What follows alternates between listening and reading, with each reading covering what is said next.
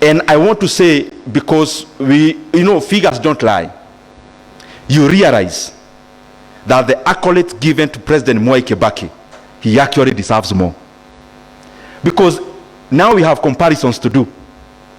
When it was just President Kibaki's reign, there was no comparative analysis to do. Now he left in 2013. We can now do comparative analysis from then. And clearly you can see Kenya has never had a more prudent president than President Mwai Kibaki. And it is the same time we had very revolutionary expenditure lines like basic education funding and all the others, that even beyond being good in terms of growth of the economy, they also are social investments, because they enhance an egalitarian society. All of us here in this hall, I can bet over 80% will not be in this hall were it not for the reforms around education during that time or regime of President Mwai Kibaki. Why am I talking about that in this kind of standness? We are now talking about 10 trillion to 11 trillion depending on where the currency is, because 50% is denominated by a currency, not other currencies, not ours. Now, if you check our debt to GDP levels, and I want to agree with Bernard, this is what happens when you are making a budget. You have to address the issues in your country, but I have also seen we are not as sovereign as we purport to be. Developing countries are not as sovereign as it appears. Because when you are doing revenue raising measures, for example, some of those things are conditions from people you want to borrow money from. Without mentioning the exact ones, I can see in your faces you already know them. So, are we together? Ama nipuguze hii maneno ya economics kiasi.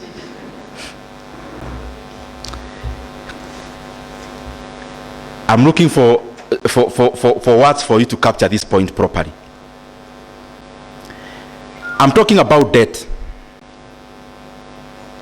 If you look at our debt level, 10 to 11 trillion, and I'm trying to solidify the point that was said earlier, you'll be given a condition about debt to GDP ratio. You'll also be given a condition around fiscal deficit to GDP ratio. If you notice there, GDP is cutting across both two parameters. So what do authorities do? Because the target is on a percentage. If I do 2 out of 10, 2 out of 10 is what? 2 over 10 is 20. 2 over 10. 2 divided by 10. What's that? 20%. Very well. What about when I do 2 out of 20? 10%. What have I changed? Have I changed? Is the 2 constant? What have I changed? What if my obligation was to lower the percentage? What do I need to do around the denominator? Now, ask yourself this. You report in the same government documents, the Kenyan GDP grew by 4.something%. That goes in the record. The same record shows the GDP moved from 16 trillion to 18 trillion. What is that percent? Can somebody do 16 out of 18? I mean, do the math. When GDP moves from 16 to 18, what percentage is that?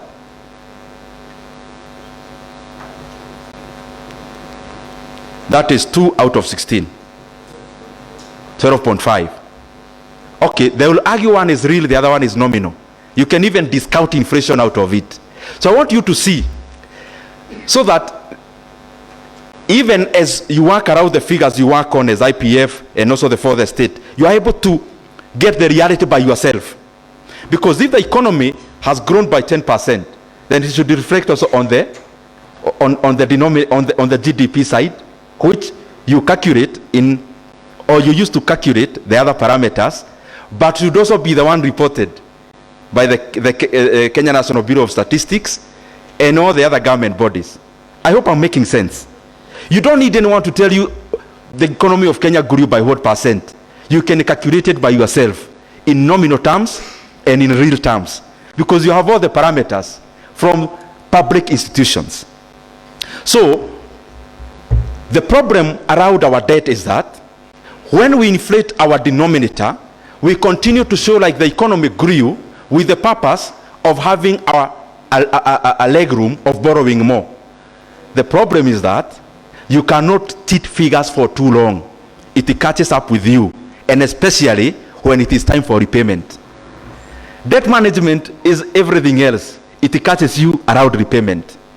Now, we are spending over 1 trillion Kenya shillings in paying our interest rates. Over 1 trillion Kenya shillings.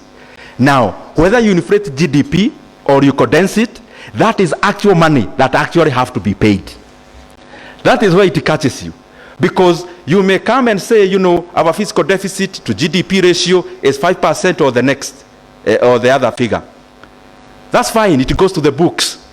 It will catch up with you when it's time for repayment. The other things I want you to, I'm just provoking your mind so that you go research further. I saw headlines in our newspapers the other day in jubilation that we have done a very good thing, because in that year of 20, I think last year or thereabout, we were able to repay our Eurobond. And the people in this hall, because I can see you are able to dig deeper.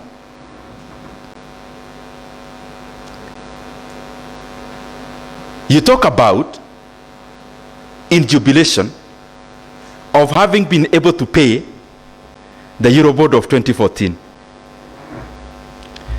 And it comes out as headline as a jubilation for the country. Now this is the reality. The reality is that you retire a debt of 6.8% with a debt of 10.3%. And then you clap and you want the whole country to be closed for people to celebrate. I'm provoking all of us here. I mean, Kenya is for all of us, and we need to speak these things as clearly as they ought. You cannot go and take a loan from Shylock, you pay a bank, and then you go home, and people should celebrate you for taking a loan with an interest of 20% to pay the one you had that you are paying 12%. Those are the things that will catch up with this country very soon. And by the way, with all honesty, if we do not become more prudent in the several months to come, we are likely to have a very big problem with our debt. Why? If in our revenue collection, over 40% is going into interest rate alone of debt obligations, what are we talking about? The other thing I want us to reflect on around debt, and the reason why this, and I'm challenging even those who are responsible in government to speak about it clearly, because part of this communication is important. You collect revenues of around 2.4 trillion shillings. You use over 1.2 trillion in paying interest rates of debt incurred. So that's 50% that you can do nothing about. Basically what we are doing as a country, the money we are borrowing in terms of PFM Act, you should be borrowing for development alone. But even by doing the math even with a pencil, if we take our revenue collection, you remove CFS, you remove salaries, you're already in red. It means the money we borrow, some of it is for budget support, and clearly that money is for recurrent. You don't need to go very far. Just this data, just do the math around this data, even with a pencil, you'll get the correct figure. So this issue of debt, if we are not progressive enough and prudent enough as a country, in just a few months to come, we will see the ramifications. We do not want Kenya to be a case study like Sri Lanka in the year 2002, in the year 2022, 2023. The primary reason was debt. The issue around Zambia never descended too much because there was a new president who had to tell their country as it is, and they restructured, or they started or attempted to restructure. Ghana never had that luxury. They actually defaulted. Now, if you receive 2 shillings and 1 shilling is already going into interest rates of debt in card in terms of interest rate, and the other shilling remaining cannot pay even the recurrent expenditure, I mean, there is work to be done there. And I'm saying it so that we provoke our mind, we think, not with the aim of just talking, but also providing a solution to it. Therefore, you must have seen sometime last week, last week, I saw the National Treasury had put up some communication which was recanted very fast about a visit to China. Visits to China currently or other bilaterals, I can assure you, will be about debt primarily. Because we are almost at a cliff in terms of debt repayment, and especially interest rate. The problem is that when you go to your creditors to discuss about either rescheduling debt or working around new terms, what are you telling the markets? When I am here, I have borrowed 3 of you some money, 10,000, 12,000, 18,000. I have your money now, so you expect me to pay you. You see, as my sister there, I've already called my brother here to tell him, you know, I was to pay you this money, but forgive me, you may have to add me a few more months for me to pay you this money. What am I already telling you? As the other person, I owe money. I've already called you as a person who owes you money. I mean, najaribu kuodoa economy kwa hii maneno mingi. Martin is here. Dirango is there. And Veronica. I owe all of you have lent me money. Veronica 12,000, Dirago 10, and Martin 18,000. Yani mumenikopesha. Munaelewa hiyo maneno? Niko hapa. Martin ako hapa, ameona nimeita Dirango. Nimemwambia, najua niko na pesa yako na nilikuwa nikulipe next month. Lakini sasa nataka tuongee. What comes to your mind as Veronica? Are you getting what I'm trying to say? Any talk you start around debt, changing terms, you already communicate to the markets. If you look at the figures, the yield of our Kenyan Eurobond, even as late as yesterday, you see changes there. Because markets operate on credible and fundamental information.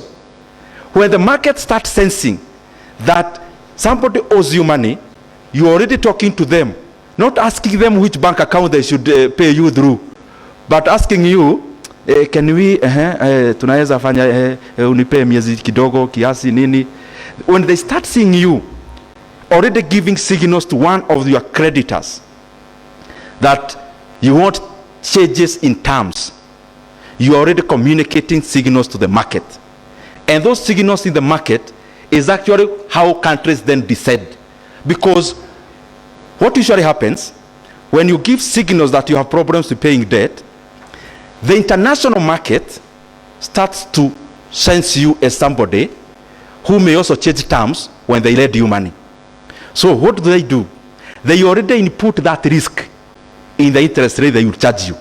That is why you see the yield of our Kenyan Eurobond is changing